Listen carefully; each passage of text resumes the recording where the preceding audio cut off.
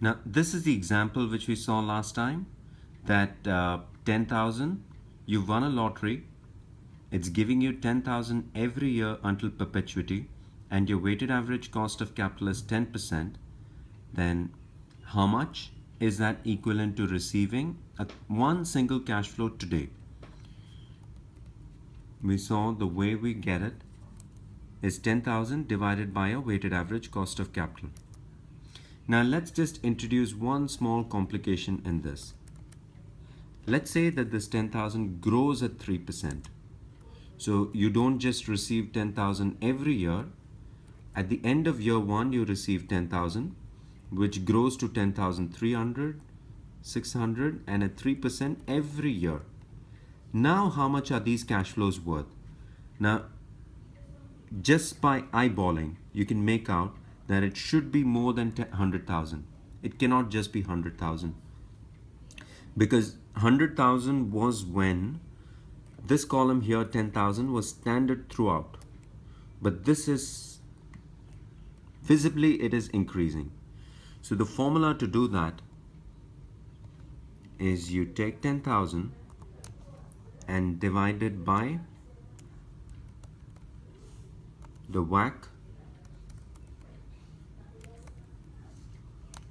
minus the growth rate, and you get 142,857. So if you know that you're getting 10,000, it's growing by 3% every year, and your weighted average cost of capital is 10%, then the way to find out the present value of this series of cash flows is nothing but 10,000 divided by WACC of 10% minus 3%. Now, let's jump straight into our output. Now, this is the output of our workings, okay? Now, I'm going to straight away substitute all the values in our lottery example. I'm going to put 11,118.05.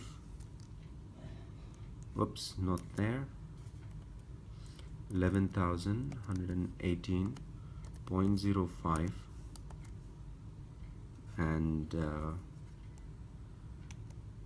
then let me just copy the WACC, and I'm gonna paste it here.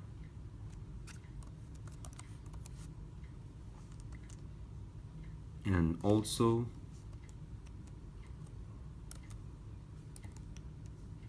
the growth of 5.4.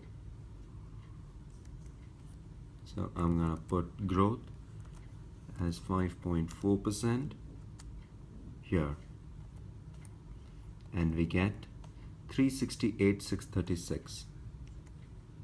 368,636 is what you find as a value of the firm. So this is, I feel, a little crucial to understand. All I've done is that in our lottery example, we had 10,000, which we got, which was growing at 3%, and our cost of capital was 10%.